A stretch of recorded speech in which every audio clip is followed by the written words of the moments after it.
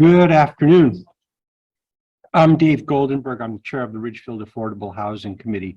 And when we think of affordable housing, very often we think of rental apartments, but people need to buy affordable housing too. And fortunately, there are programs available to provide some of the help that people need to buy a house.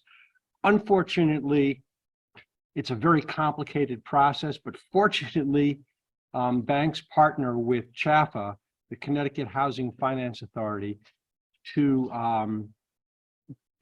help people through the process.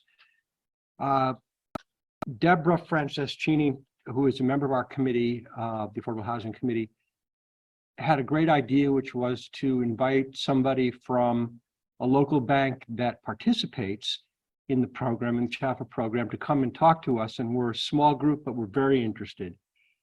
Pat McRedmond is very funny because he refinanced my house with Ridgefield Bank about 28 years ago when we moved in after the 11% mortgages went down to 8%. He is a vice president and senior loan officer at Fairfield County Bank. Pat McRedmond. Oh, thank you. Welcome.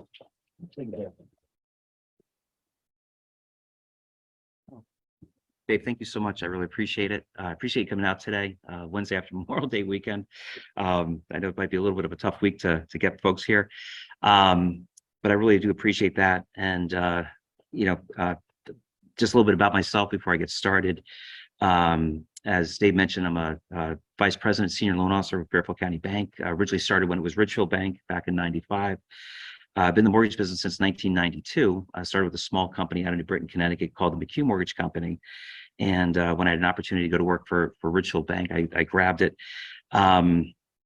It's been fantastic. I grew up in Brookfield, where I still live with my wife and kids. So I've been in the area for really most of my life. Back when I was at college at Quinnipiac, one of my best friends, a fellow grew up here in Ridgefield, really introduced me to Ridgefield. So I kind of feel like Ridgefield's really been a second home to me for all these years. A lot's changed over the years in the mortgage business, but one thing's definitely not changed. And Dave, you hit it right on the head, the need for affordable housing. That was needed when I started and still needed today. I kind of thought I'd start with what are some of the benefits of, let me see how this clicker works. Okay. What are some of the benefits of home ownership? I don't know if anybody has anything they want to, any thoughts? I'm sorry? Yep. Would increase wealth, build equity, long-term savings. Anything else? Tax benefits. Yep, tax benefits, definitely. Control over expenses and stability, for income and for you and your family. Whenever I do a presentation, I kind of feel like I take a little trip down memory lane, and certainly seeing you, Dave, kind of made that point too. But I thought back to a friend of mine who's a fellow that I'm very close friends with now. May never have met him otherwise if I wasn't in the mortgage business, but it was back winter of '94. Because I remember it was during the holiday season. I got a call from a real estate agent, said, "Can you call my client? He's having a lot of difficulty getting his, getting through on his mortgage." And I think he was just having a personality conflict with the person he was working with. And so we connected, and we ended up working together, and we got his loan through. And it was a really tough time for him. It was during the holidays. His wife was pregnant. It was her first house. They bought a small condo in Brookfield, sub 200,000. He had 5% to put down, so I kind of, feel like between the down payment and closing costs, he probably had $12,000 to $15,000 into his first house, but that got him into his first house. Not that long after that, maybe 10 years later, we, called me and said, I want to get a bigger home. We now have 3 kids. So I helped him buy a house in Brookfield, over near the lake, nice house, modest home, but a nice home. He was able to sell that condo and took a lot of money with it because that condominium appreciated quite a bit. Bought a nice house in Brookfield and was there for a number of years before he decided he wasn't living in his dream home. He really wanted his dream home. And this is probably about 15 years ago. So, we got together, we looked at a loan for him. He was going to put 20% down on his dream home, but he didn't need to sell that second house because he bought that house at a good time market, a good interest rate. He decided to keep it and he rented it. And, fast forward maybe up until maybe 2020, housing went up in value so much that he had an opportunity to sell that house. sold that house, took that money, paid down the mortgage on his current home. We refinanced him. Now he's got a $150,000 loan on a house that's worth probably about $1 million. And so I saw him just a couple of weeks ago, and I said, "Isn't it so funny?" I said, that $12,000 to $15,000 that you spent 30 years ago now is $800,000 to $850,000 in equity in your current home." And he goes, "Yeah, that's great, but what I really needed was a house. I need a place to live." So, it's a great wealth generator, but really, first and foremost for him, it was a place for him to start his family. Let them go. So, let me see. So, what are some of the responsibilities of home ownership? And maintain your property and repairs as needed. If it's a house, you got lawn maintenance, spring, summer, fall cleanup. Snow removal in the winter. There's a lot more to it. Not everybody's, I think going to a house, they think of the house that they maybe grew up in and maybe forgot what their parents did, as far as maintenance goes. My son actually mowed my lawn yesterday when I couldn't thank him enough for it. And it was funny. I see him on the blink camera, and then he runs out of gas, run down and fill up the gas cans. I say, see, it's not as much fun as it looks, but you also have ownership costs, including the mortgage, taxes, and insurance. I feel like one of the most important things is really to have a budget and a spending plan as someone considers home ownership, because what I've seen over the years is people will come in and, "What kind of a house are you considering?" And they'll show me a picture of a house when you said the real estate magazines before everything was online, and be a beautiful home, and it was because it was like the house that they were currently living in with their parents, not realizing that it took their parents maybe a couple houses to get to that point, maybe that small condo and then something else. Being comfortable with the expenses of your home is very important to enjoying and being a successful homeowner. It's not fun being house poor. I tell people that all the time. I've been there, and it was horrible. Many buyers choose a price range, not understanding what the cost of the property is. And that's really why home buyer education is so important. And it's actually required for a lot of home programs. We'll talk a little bit about the CHFA program and some others as we get closer to the end.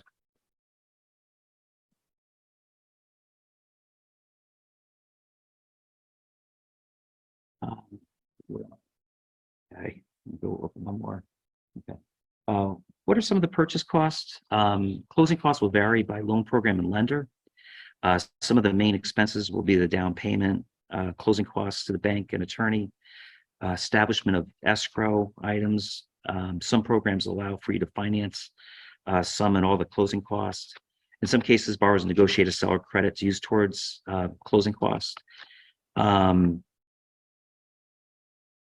Again, there's the down payment. You also have homeowners insurance, building inspections, and again, legal fees. So, it's more than just the down payment. It's more than just, an attorney fee or a bank fee. There's quite a bit, that's needed. Going back to my friend that I spoke about before, if he had $10,000 in down payment, he probably at that time had a good $5,000 in closing costs. Much like everything else, those have gone up since then. So, I'm going to just touch a little bit here. What are some of the down payment sources? Other than some of the things that we'll talk about later with the CHFA loan, savings, of course. Savings is always one of the first and foremost. Gift funds from family members. David mentioned generational wealth. I think we're seeing a lot of that. So people are coming in with pretty good down payments that maybe we didn't see as much even just 10 years ago. Sometimes people will borrow funds against a 401k. I'm never a big fan of touching your retirement account, but sometimes a loan as opposed to distribution is not a bad way to go. There's a program called Housing Development Fund, HDF, which we'll touch on in a little bit. That's a down payment program. CHFA's got the down payment assistance program, what they call DAP, and also Time to Own. There's others out there. I'm not familiar with everything that's available out there, but there are other options people might be able to find. Let's see. Credit scores. I think a lot of people are very aware of their credit scores or FICO scores. Unfortunately, what's tough about credit is there's really no, there's different scoring models. So sometimes people come in and say, I have an 800 credit score, and I'll get a credit report that's got a 760. There's different credit score models. So it's really important to, if you're looking at housing, to have a lender pull your credit. So basically, you know, we say all programs have credit score minimums. You need to be aware of the score and what programs will be available to you based on the score. Some important points leading up to looking for a home is, as far as your credit goes, you know, don't miss any payments. You know, that's the obvious one. Don't have your credit checked often. You know, you have your credit checked, it can be a ding on your credit score. But if you need your credit checked, you need your credit checks. You know, life is fluid. We try to, especially during the holidays, it's tricky with people being offered discounts by opening up a credit card with, like, Macy's, for example. You save a lot, but that credit inquiry could hurt you. You know, try not to open up any new credit. Don't make any big purchases that require financing. You know, again, if you need a car, you need a car. There's nothing you can do about that. Try to avoid co-signing on loans as well. Co-signing on a loan will be viewed as your debt in most cases. There are ways to get around that, but you know, for the most part, when you co-sign a loan, plan on it being looked at as part of your debt to income ratio. And an important note too, sometimes people will say, you know, I can get a loan with a 580 credit score. You know, a 580 just means that you have to have at least a 580 for that loan program. You still may not qualify for it. You know, you could still get denied because of credit. You know, so really, you know, credit strength is so incredibly important. We have a little thing on how to improve your credit score up here. I'm not a credit expert. This is actually something we got from somebody who is a credit expert. And, you know, paying your bills on time is really just 35%, you know, of what gets you a good credit score. So it's very important. How much money you owe, also very important. I've had clients with perfect credit payment histories and their scores aren't that strong.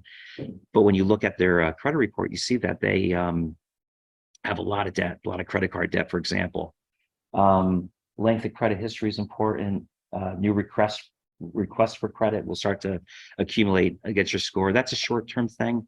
You know, having your credit checked today probably won't be a factor in the fall. You know, it doesn't last forever. And then other factors, other types of debt that somebody might have. So, you know, I really think that the credit part of someone's decision to start looking at buying a house, you really have to address this. And the credit score can really affect an interest rate on a lot of programs, not the CHFA program in particular, but other programs. Okay, so where do you go to get a home loan? You know, you can get loans from banks, mortgage companies, mortgage brokers. Not everybody offers everything. A lot of times a good place to get a recommendation for a mortgage is from maybe a friend or family member. Real estate agents are great referral sources too, and closing attorneys. You know, they're the ones who work with these different lenders, and they can say, you know what, this is a lender that I've had a lot of success with. You know, if you're just shopping an interest rate, you may not get a successful outcome. You know, it's important to really go with somebody who knows what they're doing. So I'm going to talk a little bit about some different loan programs that are kind of popular. We don't necessarily offer all of these. In fact, we only actually offer a couple of these. But one loan program that sometimes people will look at is a USDA loan. That's a loan that's available in approved rural areas of the country. Offers 100% financing and a lower funding fee cost. Funding fee cost is mortgage insurance. So almost every loan that you would utilize to buy a house, if you don't have 20% down in case of a conventional loan, or I believe all FHA loans will always have a funding fee. You're paying for an insurance that says if you default on your loan, they'll protect the lender. So USDA is just an option in some areas in the state where you can borrow up to 100% financing. Their funding fee is a little bit less expensive. There's really no restrictions. You don't have to be a first-time buyer. There's no minimum credit score, but basically you need at least a 640 to go through what's called automated underwriting. FHA is a loan program that a lot of people are probably familiar with. FHA, again, is not a lender. FHA is an insurance product. The reason why people might take an FHA loan is it's more flexible in underwriting guidelines, allow for lower credit scores. You can actually go down to 580, I believe. Again, if you have a 580, doesn't mean you're going to get approved necessarily, but they would be able to go down that low. Not restricted to first-time buyers. The monthly mortgage insurance really goes for the life of the loan. VA loans. VA loans are fantastic. You know, if someone's VA eligible, it offers up to 100% financing, and really is a nice benefit to veterans of our country. Conventional loans, the first three, USDA, FHA, and VA, we're actually not currently offering, but conventional loans we do. That's really almost 100% of our business. It's a loan that's more traditional in scope, typically favors higher credit scores, and has PMI mortgage insurance. A lot of people are probably familiar with PMI. The nice thing about PMI is PMI isn't forever. PMI will go away eventually, where FHA will last for the duration of the loan. VA is paid up front. Key loan options here for the conventional loan that I think favors what we're talking about here today is the Home Ready program. Fannie Mae has a program called Home Ready where they're really trying to promote home ownership by having a less restrictive underwriting criteria. Rates are improved. They don't have the adjuster. Typically, they'll pay a little bit more if you're buying a condominium. They don't have that adjustment. The PMI cost is less expensive. They have some interesting things. You know, they allow co-signing, which a lot of programs also allow, but they also allow border income, which is kind of unique. You know, if you have somebody who routinely has an income source that we can document, they'll let us use that income source towards qualifying. There are income restrictions on that program, however. Kind of a nice program to be aware of, especially because the housing stock is getting older in this area. There's some rehabilitation loans that are out there, you know, for someone looking to buy a rehab home. The one that I'm going to mention is what's called the FHA 203K rehab loan. There's a couple of versions of that. There's a streamline option, you know, for lower renovation amounts. It's a little bit faster. If you have a big renovation that you need to do, they'll do a traditional 203K. What's really nice about that is you could buy the home, finance the improvements, and the 3.5% down payments based on the total acquisition cost. So if you bought the house for $300,000 and it had $100,000 in repairs, now it's a $400,000 acquisition cost. You're only putting down 3.5% on that. So it's really a way to get a house maybe that needs a little bit of attention and make it your own for you know, a lower down payment option. Really brings us to CHFA, which I think is primarily, you know, what Deborah had first wanted to talk to me about. CHFA stands for Connecticut Housing Finance Authority. It's the state's first-time buyer program. It's a great program. I've been working with it my whole career. It's really designed for first-time buyers. Well, it is designed for first-time buyers. And generally what you get is you get a lower interest rate than might be available in the market otherwise. They also have some some incentives if you're a teacher or a police officer, you know, a veteran. They actually give you a slightly better interest rate. You know, the thing with CHFA though, you have to be a first-time home buyer, as I mentioned. But what a lot of people don't realize is you can actually be a first-time buyer more than once. You're a first-time buyer if you haven't owned your primary if you haven't owned a home, not your primary, if you haven't owned real estate in the last 3 years. So, you know, if you'd owned a home back in the 90s and you sold it in the early 2000s, you want to buy something now, you can be a first-time buyer. Probably the biggest benefit of CHFA right now, in my opinion, is that it has a lot of flexibility in terms of down payment products. They almost always have the down payment assistance program, which is called DAP, DAP. It's basically lets you borrow the down payment and closing cost. Minimum loan amount for DAP is $3,000. Maximum is $20,000. Great product, and again, that's generally been available all the time. But the one that's available right now that a lot of people are kind of excited about is the time to own product. I talked with Dave about it a little bit earlier. You know, you have to qualify. It's a needs-based program, and there's a lot of looking at every file to see what you can get. But basically, what's happening with time to own is you know, funds are made available through allocations. In fact, they just made the third allocation of this, and it's been 20 million, 20 million, 20 million. So at this point in time, they've allocated $60 million in money for the time to own product. Currently, as of today, there's 12,430,000 left in the current allocation. So there's quite a bit out there. And what they're basically doing is they're lending an interest-free, payment-free loan of up to $50,000, and it depends on the area that you're buying. There's what they call high opportunity areas. There's low opportunity areas. So depending on the town you're buying in, the address, you might qualify for up to 50,000 potentially. Other areas, 25,000. But then they also look at your income. So there's what's called median income for every address. If you're 80% or under, you could qualify for the maximum, the 50,000 if it's, or the 25,000. If you're between the 80% median income and 100%, it'd be 75% of that number. So yeah. Do they look at assets or is it just income? Just income. Yeah, there's no spend down requirement anymore like they used to. But they do for this look at income for everybody that's in the household. Yeah. So again, very, very needs based. I think a lot of people that probably will pursue this wouldn't get that 50, would probably get something less than that, if it's a high cost opportunity area. But what's interesting is you can actually also layer them. So, it's not just one or the other. If there's money that's available from time to own, you can also add a DAP. So you could actually get 3 loans. I even heard, we do a lot of training with CHFA. They've got a great webinar program that we jump on. And they were talking about even somebody that was able to layer another 1 or 2 down payment assistance products through other sources on top of it. So you could probably really get quite a bit of money if you qualify for everything that's available. But again, you might have to find a lender that really will do, all the different ones. We'll do the CHFA, we'll do the down payment assistance, the DAP loan, we'll do the time to own. And we also have what's called Housing Development Fund, HDF. And that's another product that I really like, and we've done a lot with over the years. They actually will lend up to 20% of the down, the full 20% down payment. So what's nice about them is that if you're buying a home, let's say $300,000, they'll lend you the 20%, the 60,000. So now it looks like you're putting down 20%. So you don't have any PMI in your loan. The PMI is not required because the first loan's at what's called the 80% loan to value.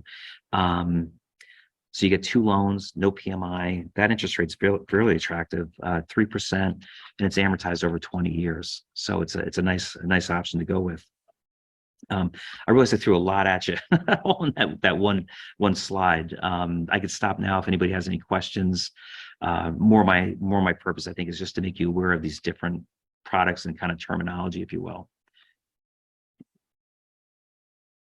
I'm going to rehabilitation loan. You're talking about benefits for the person who wants to buy that home and rehabilitate it. Correct. Yes. Are there any? Does that apply to a developer who might want to buy that home, rehabilitate the home, and then sell it? We actually don't offer the FHA 203K. I mentioned we don't do the FHA loans, unfortunately. So I don't know what the restrictions are. When we were offering it, it was only for owner occupied. Is there an option for someone else to utilize it? Possibly.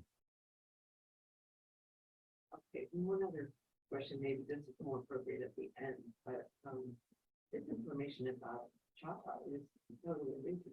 I mean, not that I'm the first time buyer. But how does the information get out? CHFA is pretty well known within the industry. When somebody comes into, I think the realtors are pretty well versed with CHFA. Not every lender offers it, so if a lender doesn't offer it, it's probably not discussed. Often, it'll come up when we're pre-qualifying somebody. We'll meet with a client either by phone or Zoom or, however we connect with them. And if they're a first-time buyer and they seem to fit the mold, we'll certainly go through that as an option. So, I always feel like a big part of my job is home buyer education, as well as helping them to originate the loan and really try to see what buckets they might be able to fit in. As far as other advertising goes, I'm not sure I've really seen a lot, to be honest with you, that at least that I'm aware of. Sure.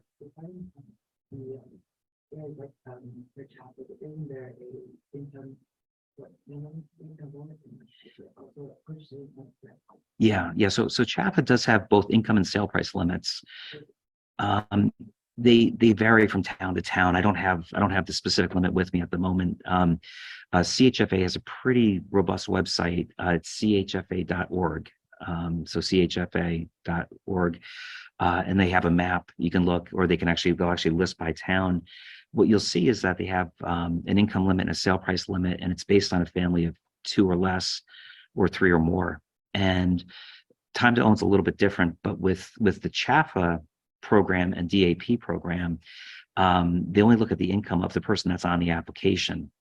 So at one point in time, a number of years ago, if my wife and I were going to buy a home together and only I was going to go on the application, they would still want to see her income. They would want to see if her income would put us over and make us ineligible.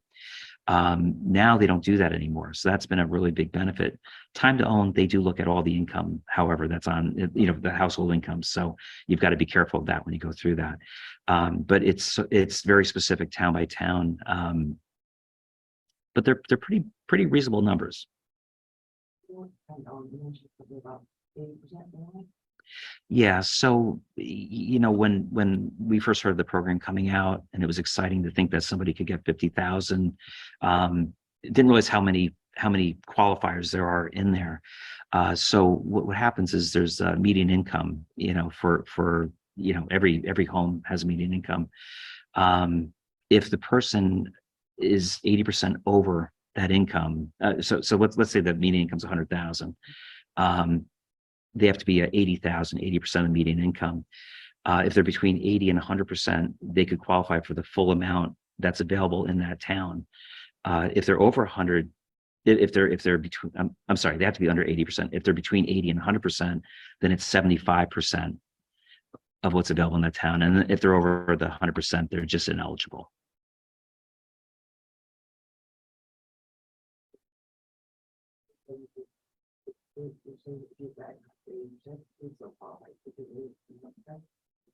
Yeah, so if you're above 80% of the median income, you could still look at using the product, but you're not going to get the full 50,000. It would be 75%.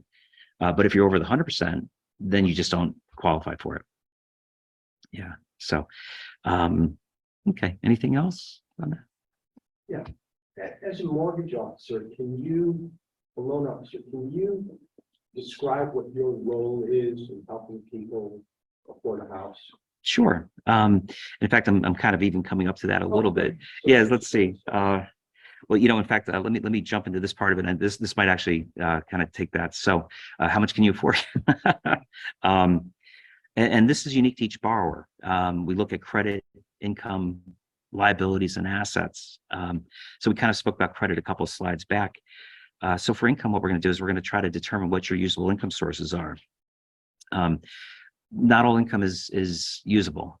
So somebody. Well, I'll go into a little bit more on that, but it's really the sustainable income that we're trying to figure out. So sometimes people say, I can't get a loan because I don't have a 2-year work history. Not necessarily the case. Somebody coming out of college who's only been on the job maybe 3 or 4 months, we could look at that as far as income goes. Somebody that stepped away from the workforce for a period of time but re-entered the workforce, they don't need to be back for 2 years. We can look at that. 2-year work histories are required though for self-employed people. So if you're self-employed, we're going to need to see 2 years filed tax returns. So that's really often where that 2-year history comes in. Somebody that has commission income or bonus income, if someone's 100% commission, we need a 2-year history. If someone gets a lot of bonus income, we'll use their base salary, but we're not going to use the bonus until they have a 2-year history with that company. We look at your liabilities. We try to make sure people understand what their liabilities really are. It's what's on the credit report, but it's also what's not on the credit report. Child support, alimony, for example, stuff like that. Other things that they've co-signed, which again, that would actually show up on your credit report. Do you have any loans in deferment? So right now, a lot of people have student loans that are in deferment and have been for a number of years. Just because they're not making a payment on that loan doesn't mean that's still not a liability that we have to address. So, when we look at a credit report, I'll see Sally Mae, 4,000, 2,000, whatever, but no payment. We still have to assign a payment to that. What we actually do is we take 1% of the loan amount. So if somebody owes $1,000, we'd say that's a $10 a month payment, for example. And we also want to know, have you ever been bankrupt or had a foreclosure? that's going to change things for somebody. Not a lifetime change. If you had a bankruptcy, typically 4 years later, if you've been able to reestablish your credit, you'll be able to move forward. And I think it's even just 2 years on an FHA loan, so it may not even be that long, really. Assets. How much does someone have available in liquid assets for the purchase? We're going to find out. Are you being gifted money? Sometimes people borrow against a 401k. I actually had somebody sell a car not that long ago. So they sold their car to CarMax. They gave me the contract. I saw the money go into their account. We just want to make sure that it's not borrowed money. That's really what it comes down to. If somebody borrows money for a down payment, it's another liability. And it's also just not allowed, but a gift is fine. A gift is fine. If you need the 100% financing option, the CHFA with the DAP, the time to own, the HDF product, we'll look at that. And another big way people get into the house is seller concessions. We're in a little bit of a unique market. We're not seeing it as much right now, only because people are bidding really even over asking in some cases. So trying to get a concession out of the seller is not so easy. But in probably an average market, normal market, it's not unusual for someone to say, I'll pay you X, but I'd like you to give me maybe $5,000 back at closing to help me with my closing costs. So when the market normalizes, this is something that people will probably, kind of go back to again. Okay,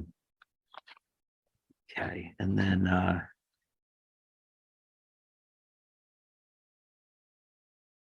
all right, so then what we'll do is we're going to look at all this together, and we're going to try to determine what a person's debt to income ratio is. The debt to income ratio is determined by dividing the proposed mortgage payment, what we call PITI. PITI stands for principal, interest, tax, and insurance. So your principal and interest is the mortgage payment, tax and insurance, property tax, homeowners insurance, and PMI if you have it. And sometimes we can't qualify somebody. And so what are we going to do there? We may suggest, the borrower, we may suggest, we can't get you a loan amount of 300, but we can do a loan amount of 250. Does that work? And if it is, now we kind of start moving in that direction. If it doesn't work, and I think, Dave, this is what you were kind of talking about,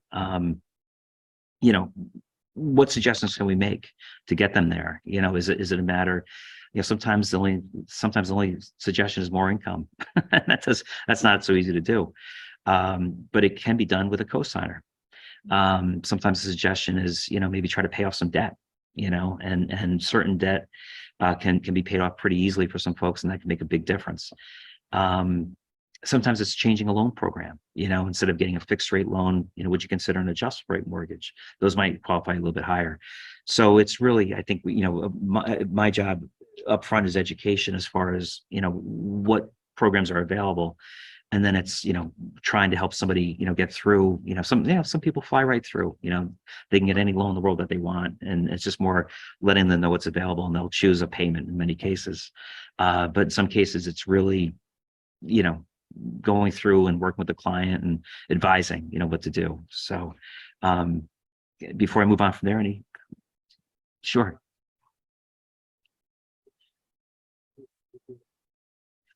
CHFA loans. Actually, my boss is in the back. George, sorry to put you on the spot. Oh, Deborah had asked how many CHFA loans we do a year, roughly. I'm not sure offhand. It is dependent upon the environment that we're in. 2 years ago, when we went up, there's a lot higher percentage. Now it's a little slower. Some years we've done as much as 10%, 5%. About total production. I don't know how to dollar amount that relates to. A couple $1 million. The capital and a little smaller loan amounts with this tax on the maximum. So how do we, I guess, with the how do we build the team that God data that shows that temporal issue? The business capital is kind of a little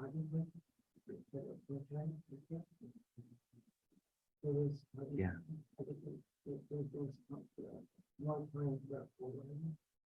I don't know. I'd have to. Are you talking about like the way that CHFA loans are considered assisted loans under state statute, so that they get credit? Yes. So I just iterate them to sort of kind of value. The right now, I think Marcellus, six. Yeah. 6 for all banks. I mean, I don't know whether other banks offer Yeah. that. I would imagine CHFA probably could let you know. Honestly, we're just one originator that services this market, and there's a lot of national mortgage lenders that offer CHFA loans as well. So, Deborah's trying to get a sense of maybe how many CHFA loans are or how many homes in Ridgefield are financed with CHFA loans. And I think, yeah, I think Chapman may have that information because as Pat said, other lenders offer that product, so we don't know what another bank is doing, another mortgage company, so they would probably, if they have less, they would probably know that. Since it's a state funded program, you probably have a lot of ability to access to them. That's, I don't know, but again, it's a function of the value of the home, so in Fairfield County, there's a lot more chapter activity than there is in Fairfield County, but for the income that's needed to buy the average house in Ridgefield and Wilton, I mean, further get out of the area, in Haven counties, homes are a little cheaper in different areas, so that's part of the problem.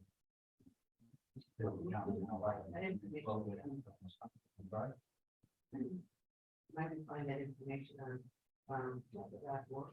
They may have, I don't know, they may have information on how much they, I mean, certainly probably have information on how much they finance over time in the state of Connecticut. I don't know if they break it down by town.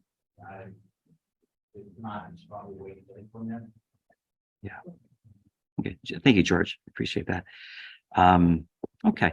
So, basically what I just kind of discussed with, how much can someone afford is really the path down being pre-qualified. A lot of times people speak about pre-qualification and pre-approval somewhat interchangeably. And I always tell people there's really no industry standard. One lender's pre-approval is another lender's pre-qualification. It'd be nice if there was a standard because, in my opinion, pre-qualification is that first step of pre-approval is the second step. Pre-qualification often is something that I can do with somebody just by phone. I'll speak to them, especially if the person's a W-2 employee. Self-employed borrowers are a little trickier. We really do need to see their tax returns. But someone who is a W-2, gets a salary or an hourly rate that we can verify, pretty easy to qualify over the phone, and often we like to pull a credit report. Sometimes somebody says, just let me, assuming my credit's really good, where do you think I would be? And to me, that's a pre-qualification. You're getting a general understanding. A pre-approval, I think, is where you really build a file for somebody. That's where you're going to put together an application. You're going to pull credit.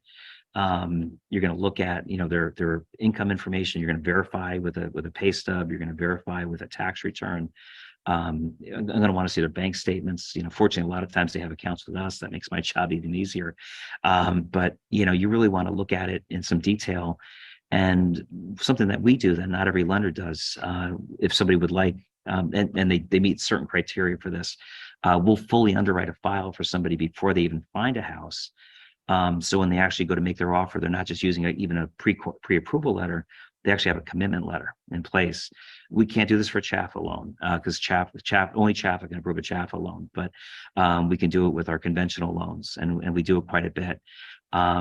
So, again, one company's pre-approvals is another company's pre-qualification. And I think it's really, if somebody's entering into the home buyer market, especially in this market that we're in right now, I think you really want to make sure that you've got all your ducks in a row. And kind of the same thing we talked about, how do we fix something if somebody submits their application and comes in and we say, you know what, we can't offer you a loan right now, or not the amount that you need. We have a chance to kind of go in and fix it. And sometimes the problem is maybe not enough income stability in whatever their position is. Sometimes it's, again, too much debt. Sometimes it's a credit score issue, and by waiting 6 months, they might be able to improve their credit by reducing the amount owed, making their payments on time, that kind of a thing. Yeah. What, the Housing Development Fund? HDF Housing Development Fund is an organization, and We use them in conjunction with CHFA loans.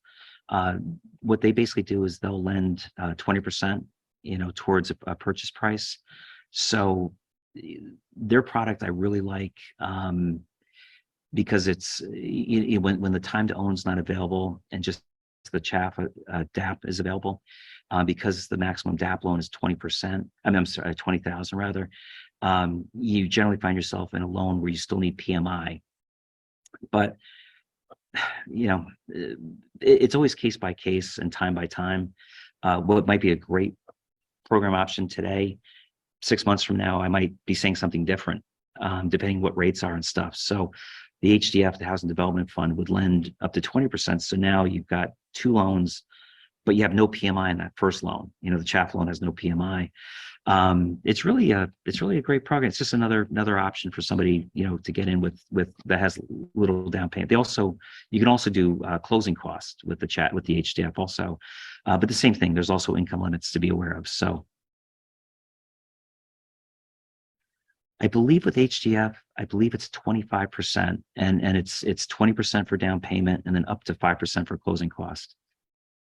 Those are, what interest rate? That's a 20-year loan at 3%. Down payment, and the price, they would offer to- Of the sale price, yeah, but I mean, if the closing costs were just 2% of the loan, then it'd be 22%. So it's generally it's the 20% down payment, and then up to another 5% on closing costs. Yeah. And one more question, an applicant for a chapel loan, do they have to be a U.S. citizen? No. Time to own, you have to be a Connecticut resident for the last 3 years. So if somebody was moving here from another state and wanted to use time to own, they couldn't use it. Somebody has to be legally here in the U.S. to use a chapel loan. There's certain visas that are acceptable. We have to be able to get a credit report on them, though. So sometimes that's difficult for somebody that comes here from another country that hasn't established any credit history yet. So but to answer your question, no, if they're on a visa, we can still offer as long as we can get a credit report, and they're legally able to be here. So okay. So, does your bank offer any type of affordable option to look at chapel that perhaps lower income people offer? We do actually have something towards the end that I'm going to more like of an assistance, if you will. But let me just kind of go through loan application checklist. This is really just kind of self-explanatory, really. Tax returns. Not everything on this list is necessarily going to be needed, but generally it's 2 years tax returns with the W-2 forms. If someone's self-employed, we look for business tax returns for the same 2 years. A 30-day period of pay stubs. 2 months of bank statements. We need a credit report. If someone's self-employed, we might need a profit and loss. Typically not done by a CPA. They can often do it themselves. If there's any gift funds, we need gift letters and proof of deposit. We'll need an appraisal, and then some other documents, as needed. What to expect from your lender? Your lender will be a big part of this process from start to finish. The first thing that I'll do, and I set a time for consultation. At that meeting, I'll be able to review your income assets, credit and liabilities. I'll explain the programs that are available and what estimated payments will be. Will be a big part of the process going forward, as well as offering pre-approval letters or pre-qualification letters, depending what they do. Reviewing loan documents and offering a roadmap to the closing. It's really all about successful home ownership. It's a big commitment. It's a big step. It's worth making sure you do it right and know what's available. We say it takes a village to become a successful homeowner. Many professionals involved. There's a lender, home buyer counselor, attorney, realtor, home inspector, insurance agent, tax professional, and a lot of friends and family, I think, get involved in this process too. this is kind of where I had some of the questions, but I do know your questions, so let me just jump ahead a little bit here. Before I get to that one, there's on our website, there's how much can I afford, the Bonsai home calculator. This is kind of fun to play around with a little bit, gives you an idea of what we're looking for and what somebody might be able to do.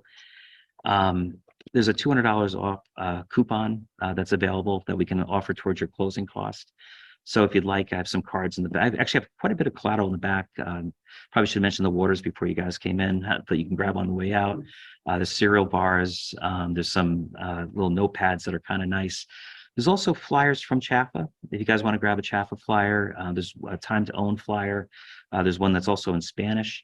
And then there's just a general CHFA. The website you had before this, is that in the literature back there? You know what? I don't think this is. If you want to take a picture with your phone, but this is on the Fairfield County Bank website.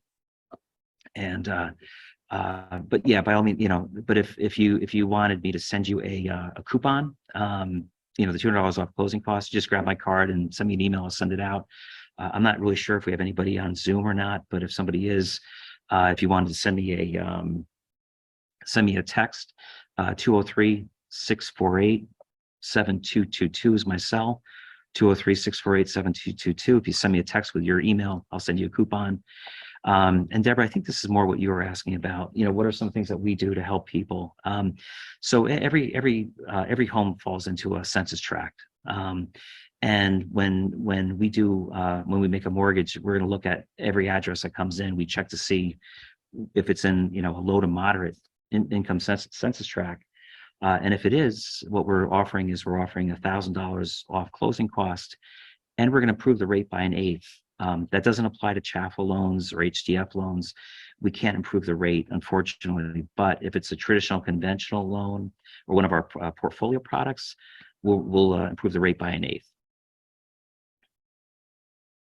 So I think that's something that we're doing now. We also have another product that seems to also give us better pricing on what we call the secondary market with low to moderate. And we also take 1/8 off that. So in some cases, we can really improve our pricing quite a bit. And that's all geared to help people that are buying low to moderate income tracts. Not many people apply like this, but this is where you're higher.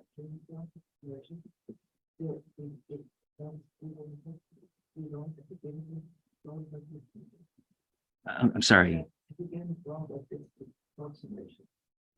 I haven't done one, no. But it's we're working with CHFA's qualifying guidelines. So if somebody does qualify for it, they certainly could pursue it. But it is needs based, and there is kind of a little bit of a narrow window. So so we can't override their guidelines.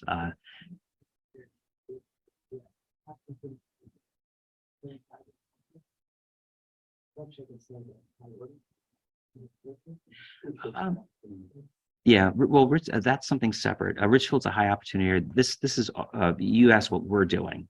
Fairfield County Bank is doing a low to moderate income tract benefit, and it is usable. I'm always surprised. I've got one right now that I'm doing down in Norwalk, and it's a $650,000 condominium, and it's in a moderate income tract. So we look up every address because it's always surprising to see who qualifies and where it is. Yeah. All right. It sounds like the only way to really know what you can qualify for, because there's so many moving parts and so many programs, is to contact you or another professional for an evaluation. Do people come in, or are they a little bit shy about approaching somebody in your position if they don't know? No, that's actually what I do. That's really my job. Is to work with people and qualify them, and again, kind of explain and try to see if they fit into that, into that bucket for the time to own and whatnot. A lot of our partners are real estate agents and attorneys, that work in the market, and they want to make sure their client is ready to go and knows what might be available. I don't find people are really too shy. It was interesting during COVID. Things changed a lot as far as, I probably met more people in person prior to COVID than I do now. I think people have gotten very comfortable with, Zoom technology. I did a couple of Zoom pre-qualifications. In fact, one of those, that person stopped to meet me today in person. We closed them about 2 weeks ago. So that was really nice to, I recognized them immediately because of the Zoom call, but I hadn't actually met them in person. I don't think people, and I always tell people, I'm like, don't be shy. It's what we do, and it's not unusual to work with somebody sometimes for a couple of years. I closed a loan earlier this year, a fellow in Ridgefield and his wife were trying to buy, and they got caught in last year's crazy market. It's just a lot of things happened, but they closed on something back in, I think it was March, we closed them. And it was probably about a year start to finish. So, I've got others that were a couple of years. I mean, I had one client once, I think it was 2.5 years for them to buy their first house. And, I'll hang in with them as long as they want me to. Yeah, George. Yeah, I have something to add to that. I think that's why I had touch base on that. I mean, really the loan officer or the loan originator really knows all these other programs that are going out there and they change from time to time. The time to own runs out of money, when they get funded by the government, HF sometimes gets grants, and recently a while ago got a grant from Jeff Bezos, who founded Amazon, his ex-wife. When she got divorced, she has money, she can bring it back. So they really know what's happening because money runs out quickly, programs change, programs twist around. So really the loan officer really knows kind of what's, as opposed to kind of also, I think something about that the question about the people ask the question and shy. I think there's two kinds of borrowers. Some aren't shy about others, and others are.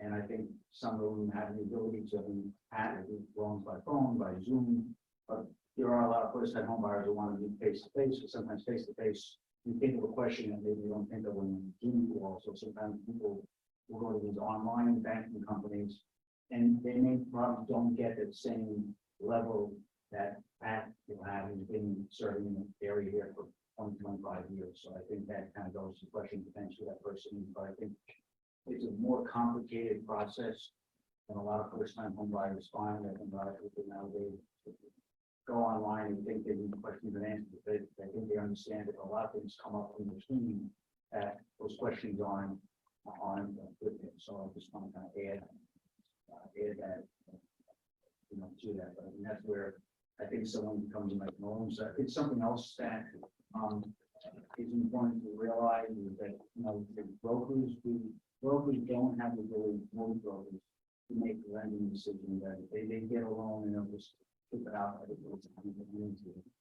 Banks have the ability to go to a bank to make a lending decision where they have money you can lend on, sell the loan. In addition, we're highly regulated, so as opposed to other institutions that may not be as highly regulated, you got to be careful. Sometimes people and we've been in the community 150 years, so we're not looking to take a loan today to make some money on it, knowing that down the road we're going to get in trouble with the regulators. So that's something to be aware of as you're shopping. I think the last thing is, and Pat touched base on that, is buying a house is a big step. And there's a lot of things that go into it, right? You have to fill up your tank with oil, you got to have a snowplow person or whatever. We have programs where we try to counsel people to get into them, but we don't offer every program is out there. I mean, if you want to get into a house and pay 9% or 10% interest rates, there are lenders out there to do that. We're an institution that feel that we don't want to put someone in a situation where in 2 or 3 years they may run into trouble because 9% is a high interest rate. So, you may hear about programs out there and then somebody got a loan here and there. Again, those programs are out there. If we wanted, we could partake in those, but we don't feel that's something that the community bank that we really want to offer to somebody who potentially is living, could be your neighbor, and they just can't afford it. People want to get into a house, but we want to get into a house that they can live in and stay in for life. And I know people talk about, banks don't care and mortgage companies don't care. They can always foreclose in a house. Banks don't want to do that. We don't make any money on foreclosure on a house, the expenses to do that, so that's why we really are making sure that customers can put, makes sense. And I think as Matt said, he's had customers who come to him, and it may take them a year to get their house in order, to find the house, to make sure of the finances. Maybe it's a couple that wait till they get married, so they have a little more money in the bank account. So, we're there for them, and it may take a year or 2 years, but we're there all along. So it's kind of two questions. And Pat, I know, I've sat in and spoken to people, he asks all the time, do you have any questions? And he tries to make sure people have it. Sometimes people hesitate to ask the question because, there's the old saying, there's no such thing as a stupid question that people think there are, but, we've all been there. There's a lot of things that, we've all learned along the path, so that's why I think it's a slow process of trying to put the first-time home buyer. There's a lot of things going. It's enormous and stressful. It's very stressful, yeah, it's very stressful. And that's why, we do some hand holding because there's a lot of parts. I think also, as Pat said, a lot of times more and more families get involved in it. And sometimes having somebody who thinks they know what's out there, they bought a house years ago and give advice to their children, sometimes that's a problem. Pat can kind of give that person, well, that was the case 30 years ago, but it's not like it used to be. Maybe it's 20% down to buy a house. Now there are programs out there that can get a house as little as 3% back. So there's a lot of programs out there. You just need to know about them, how they work, and make sure that it makes sense. Makes sense. But it is very stressful. And he tries to make it much easier. Patrick, I have a question. I'm not sure if this is clear. In the but is there enough buyers that current own, from zero, would you go on? Oh yeah, that's a great question. So what they do is, just for argument's sake, somebody qualifies for the full 50,000. Every year, 10% of that balance is forgiven. So yeah, it's there's no payment on the loan. So there's no payback, there's no interest rate. If you start off with 50,000, at the end of the first year, you now owe them 45,000. At the end of the second year, you now owe them 40,000. At the end of 10 years, you don't owe them anything. So it's not considered additional debt then? Correct. That's how it's very helpful. But if you sell the home, in year 5, you owe them 25,000. If you refinance the loan at year 5, you owe them 25,000. Yeah, because they're not gonna do what they call subordination, unfortunately. So, yeah, that's a great. It's and as George said, everybody's situation is so. I started in the business in '92, so it's 31 years, and I mean I don't have any data to back this up, but I've had to close at least 3,500 loans, if not 4,000. Just think about what my normal annual production is and stuff, and. I can honestly tell you that, there are a lot of loans that are very similar, but there's no two that are exactly alike, which makes it exciting. It keeps it interesting. And it's very rewarding. So, I've, as I mentioned, doing this since 92. I've been at the bank since 95. And I remember starting on Friday, February 13th, thinking, no, Friday, September 13th, but it was a Friday the 13th, regardless. Thinking, is this really not a good sign? Maybe, and the only reason why they had me start on Friday was nobody wanted to work Saturday. So I was a new guy.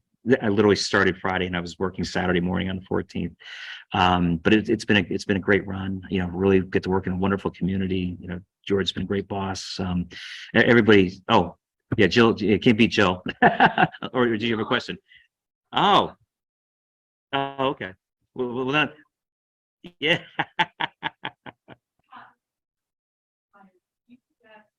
That they reach out to a loan officer first, or are they getting a realtor first?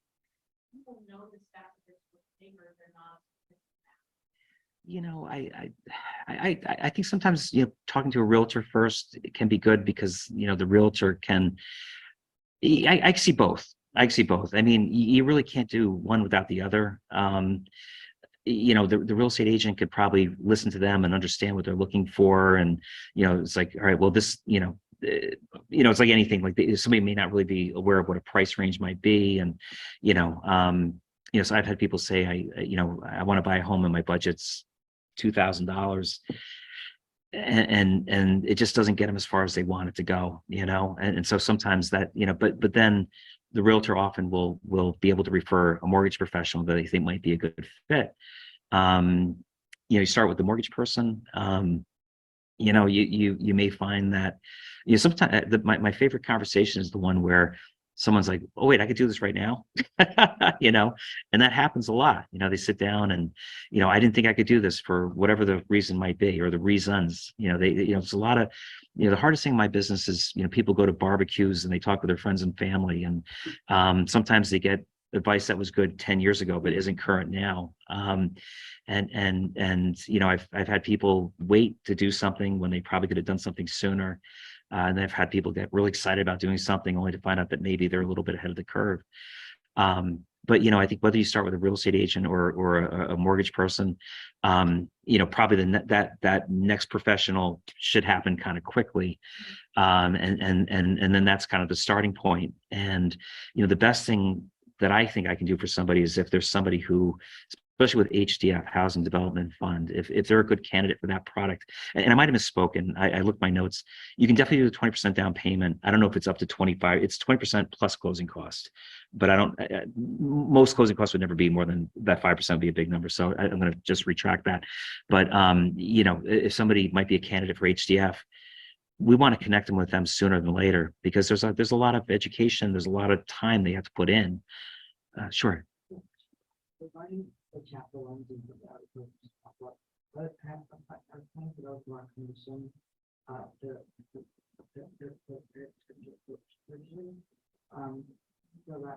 that somebody would, take water Yeah, it's a longer, more cumbersome process. HDF is a whole separate application with a separate entity. So we're processing the first mortgage, they're processing the second mortgage. They come together really at the end. So they're, the home buyer education they do for one covers both, but they're basically applying for two loans with two institutions. CHFA loans require 3 years tax returns as opposed to 2 on a regular loan. CHFA is the only organization that can approve a CHFA loan. So we have to have the file 100% complete before they're going to look at it. So we're working to make sure that file is complete to the point that we're comfortable with it, and then we send it, and then they get it. And CHFA's like everybody else, they have their times where they're not so busy, and they'll look at it pretty quickly. They have times where they're just swamped, and they're pretty good about letting us know what the turn times are. But as George mentioned, in 2020, it was one of the busiest real estate markets I've ever been involved with. And I was amazed at how fast everybody was getting things done, but it definitely takes longer. Oh, a week or two, and maybe not even that, but it's certainly a little bit longer. Yeah, definitely not months. Steve? So from a perspective, we may get a file, and when it goes to underwriting, we put all the information together and issue a commitment. We may have 24, 48-hour time to get the package and making the decision, maybe ask some questions about the file. CHFA may take a week, just because, they're getting under the parts, they may not, have the same, people working all the time to get in here, they are, but it's not once. And the only time it may take longer than a week or two, is if there's some documentation that they ask for that takes time for the borrower to supply. Yeah. It's a little more stressful because you're waiting for them to make a decision, and we have no control over that. We can push them, whatever, but it's up to them to meet them. They're pretty good at for the organization. Steve? Yeah, before I got 31. Sure. I just wanted to, after listening to all the programs and different things that are available, I don't know where I stand. So I thought that before I make an appointment to sit down with you, I would go home and list all my expenses, all my debts, and my income. And this way I have everything to show and see where I stand and what I can qualify for. But then you said see a realtor first? Oh, I have a realtor, but yeah, it can really be interchangeable. If you already know who your realtor could be, come see me first, and we could look at that part of it, see if we can make something work that would make you happy. We work so close with realtors that, kind of pretty well advise us of what properties they're going for. And, sometimes people say, yeah, I'm interested in this. I saw something online and and we look it up and we might use those taxes, in our estimate. One of the things that people always laugh about is two things. One, I want a mortgage. No, you don't really want a mortgage. You want a house. The mortgage is what gets you there. They say, well, I qualify for a $400,000 mortgage. You really don't qualify for a mortgage, you qualify for a payment. That's really what we're qualifying you for. We're going to look at all your numbers and we're going to say, okay, you make this much a year that we can use. That's that much a month that we can use. We take a percentage of that. We minus out other expenses. And whatever's left, and not all expenses. I mean, not everything applies, but we might come down to say, it looks like you could qualify to spend for your mortgage payment, let's say $3,000 a month. And in that $3,000 a month would be whatever the property taxes are on that house or condo, HOA fees if applicable, homeowners insurance, PMI if applicable, those kind of things. So we're really trying to figure out how much you could spend, take all that other stuff off the top, and then you plug that in to an amortization calculator. And what does that mean? What is $2,000 at 6% a month buy you, as far as the loan goes. So that's really what we're doing. So I would say, yeah, sometimes people like to start with the realtor, sometimes they like to start with the bank.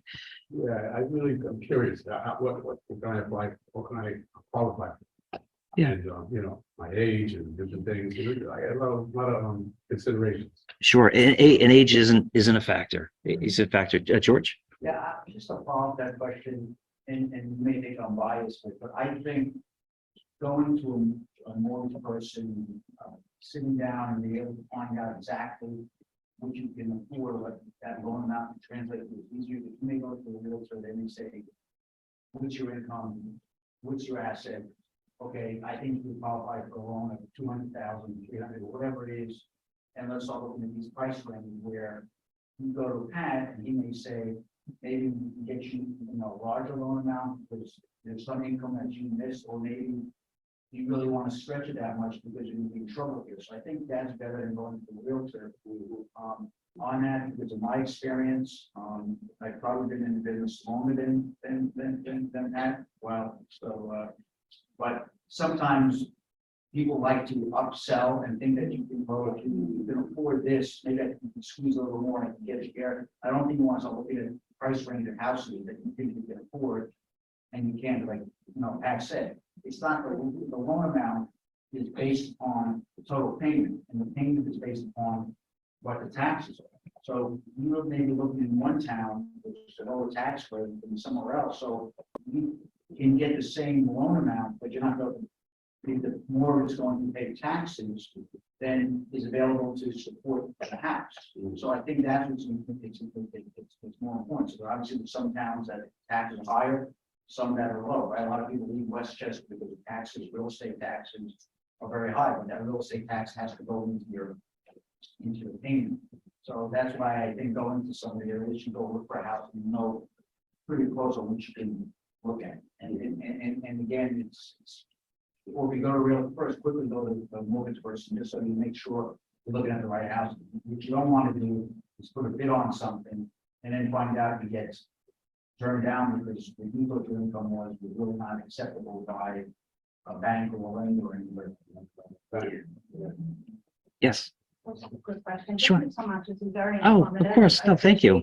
My question has to do with, we're talking to Deborah about forgiveness, the 50,000, if someone qualifies for that. So I just want to see if I understood that correctly. So if someone qualifies for that, they get a loan for the down payment, 50,000, but they never actually pay back. Is that what you're saying? If they it's forgiven after. Yeah. What do you have to satisfy in order for that to happen? You have to pay more. You have to make sure you're paying your mortgage, or like Yeah, I mean, basically what you have to satisfy, Steve, thank you. Good seeing you again. Please call. I'm happy to help. Yeah, basically what the qualifiers, it's got to be your primary residence and you've got to be there for 10 years to have it fully forgiven. But, at the end of every 12-month period, they just automatically will forgive 10% of the amount that is on that time to own loan. So So technically, if that's your lifetime home, then you never pay back, right? Because you don't, it's being forgiven. yeah, if it's your, And my question is, so you can't default on your mortgage, correct? honestly, I don't know about that. We don't service these. That would probably be more of a CHFA question, I suspect, because there's no, because there's a first mortgage. This is a second mortgage. Oh, I Um, see. Okay. Yeah, so I can understand. yeah, so if you defaulted on your first mortgage and the house goes into foreclosure, then of course that loan goes away too. Right. How that is advantageous to the person or the institution that's offering, I guess. How the gap is advantageous. Is that what it's called? Is that what it's called? She's talking about the time to own. Right, time to yeah. own any of these programs that Yeah. HDF does, it's trying to put individuals, help them with the down payment because it's so expensive in Connecticut and Fairfield County. Okay, And so, as I said earlier, you can get loans with as little as 10% down. right. But even people have a hard time doing that. These programs will basically give you money, grant the borrowers or homeowners money to make up the difference. If they don't have, they need $10,000 for down payment, they can grant you some portion of that, make up the down payment. So you can stay in the house 5 years, or if you're a fireman, each town's a little different. If you follow and abide by the rules, that money will be forgiven Wow. at some point. Okay, Now, your question about the floor. yeah. So that's grant money, that's government money that's given. So it's like any social program, any program. Okay. That's Your question is, can you default? I mean, no one wants you to default, so Right. we can't control if you default. But if you default, you're gonna be responsible for the first mortgage, and they're gonna look for that money on that second. So that's why they don't want you to sell the house, and if you sell the house before it's taken off, you have to pay it back.